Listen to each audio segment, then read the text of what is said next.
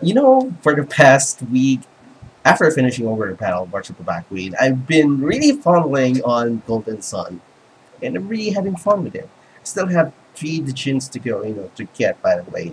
That's really annoying. But anyway, this is kind of like a supplemental response to Jenny Vadraj's video about, good people. As I said, yeah, video games are good for people. But this is going to be like the aspects of video games that often people just dismiss because um, video games are meant for children, blah blah blah. But as C.S. Lewis said, a children's story just enjoyed by children is not a good story at all, because that's how video games are. You know, People treat it as like, oh, it's for children. Like Mario, it's just child's play, something like that. But let me just give 4 aspects of video games that often people dismiss. And these archetypes are being said that to be that, oh, that's not real. Video games are just for lazy people who just want to act fun. But with these 4, and I'm going to tell you right now, since I can find a really great website, a website that have all the aspects and all of them pretty much say the same thing, but only adding or just subtracting to the factors. Let me say this. Let me indicate the 4 in which I came to the bottom line to. That will be problem solving, critical thinking, teamwork, and sense of community. So let's start with problem solving. For example, you're playing the likes of Alundra, probably one of the games that have the hardest puzzles that you ever see in it. Oh yeah, I'm not don't get even me started on Alundra. It's just you need a walkthrough to finish the puzzles there. Trust me. In case of Alundra, if you have the patience, there are puzzles there, and you need to solve a certain, you need to solve a certain puzzle. In this case, a gamer in which playing that game have to explore every options, have to explore different variables. For example, which X barrel will actually catapult you to the way of X to actually throw a fire into the torch to light up and open the door A, or how we are going to light up 4 by 4 torches, which is, I think it's on the latter stages of Alundra, in which how you're going to light them in order. If you don't have the walkthrough, how you're going to start it? Are you going to start from 1 to 16, or you're going to jump it up from? You're going to do it in odd number or even number, and because there are too many combinations out there, you're going to actually put in a perspective in which torch should I light up first in order for me to light up the next in in sync, in order for you to unlock the next level or the next stage. That is one of the things that really video games are um, now doing it. Same thing, and also in the likes of Mario, of course, one of the simplest games that is still fun. How you're going to jump from platform A, platform B, and platform C, but the platform C is actually this small of a space. Are you going all out speed on speed and actually jump high? Are you going to have a short stop jump from A, B, and go to C for a long jump, so you will not fall into that pit? That is problem solving 101.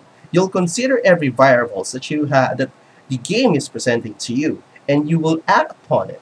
Second will be critical thinking, and of course this will have a subset called the choices, moral choices, because in the games nowadays, there's some game titles out there or franchises out there that have you have to make your choice. It's either you take this path because of your actions within the game, and you're in the late game, so you'll turn out this way. I'm going to cite this, maybe Shin Megami Tensei or Dragon Age, Fallout, what have you. to make those choices. And those choices that you made in the final canto is based on the choices that you made on on the previous stages of the game, because you chose to be like that. It's not that it's going to influence you. It's just you want to explore the certain path that you chose in order for you to see what will be the outcome is. And those decisions are based on you thinking about what will happen if I choose this X path, choose X type of morality, and what will be the outcome for me as a player to see what will be the ending is. What will the events will turn out for me. And that, my friend, is like you have these consequences. For example, you stole something. You stole something from a shop. You shoplifted it. And thinking about it, your action will actually reflect what is going to happen to you in the future. What if you got you've been caught on surveillance? What will happen to you? What if you just return it? What if you didn't do it at all? Same thing with video games that have moral choices. After all, said to be like people are saying that video games causes violence. Well, it's not. As we know, art is a reflection of society, not necessarily a reinforcement for change in a society. Third will be, what is this? Sense of community. Yeah, sense of community. I'm going to just bring it to three. Sorry for indicating this before. With this, with the you know, video game community, there are actually no countries, no borders. You might speak a different language, but you as a as a player, as a gamer, as someone who plays video games like me, I've met people from different backgrounds. I met people who happens to like video games from other genres, who likes other consoles, like different consoles than I do. We argue. Yes, we argue on some parts. We kind of laugh out on some parts. We also have this sense of sharing ideas. If you remember Rome, actually, I'm going to say this: there are actually no pure Romans, no true real Romans, because if you read history, Rome is actually composed of exiles from different lands. And think of the gaming community as the agora. People are there to sell their stuff, for of course food, furniture, other commodities, oddities, whatever. But it's also the place of actually exchanging ideas. For example, exchanging ideas, thoughts, political vision, political views.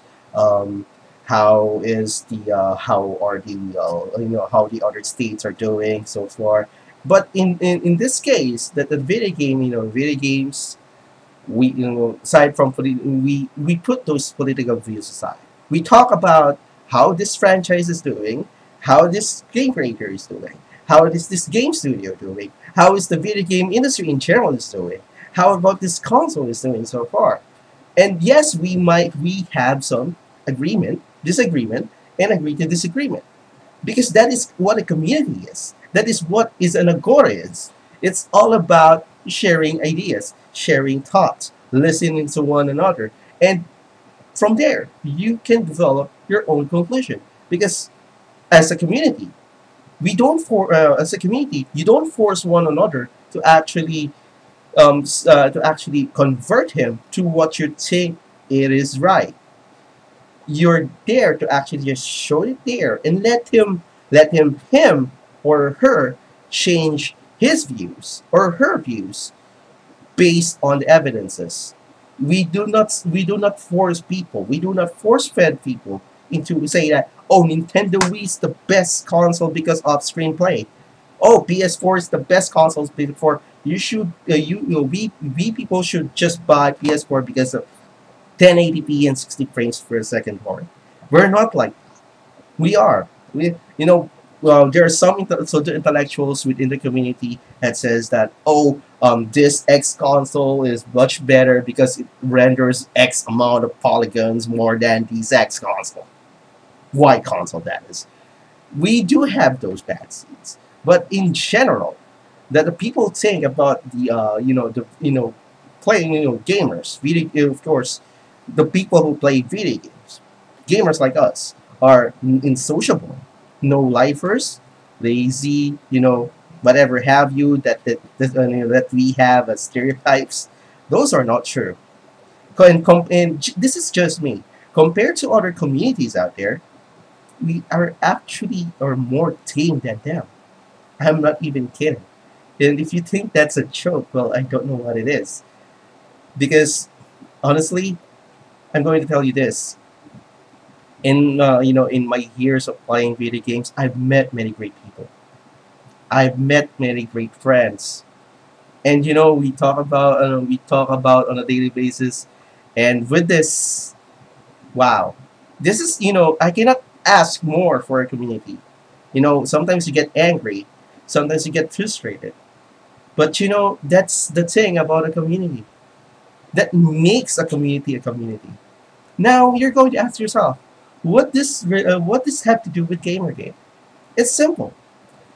Gamergate shows and really breaks the archetypes that people have with with gamers, the people who plays video games, the people who plays trading card games, the people who plays tabletop games, all in one roof. Despite that these three sectors have different rooms, we still are on one roof, and that's a great thing.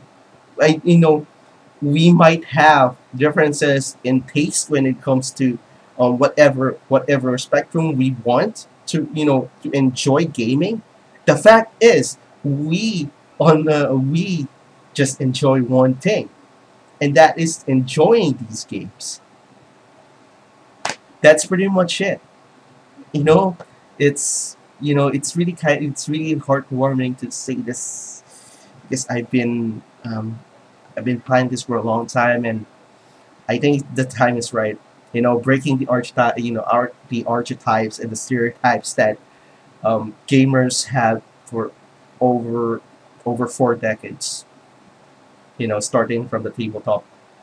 I have a friend who is a very dedicated tabletop gamer, and yeah. Anyway, I'm Homer, and you know what? I'll play some more video games as soon as I finish Golden Sun. Yeah, I'm not just going to rush to Golden Sun: The Lost Age. I still have plenty of games to play.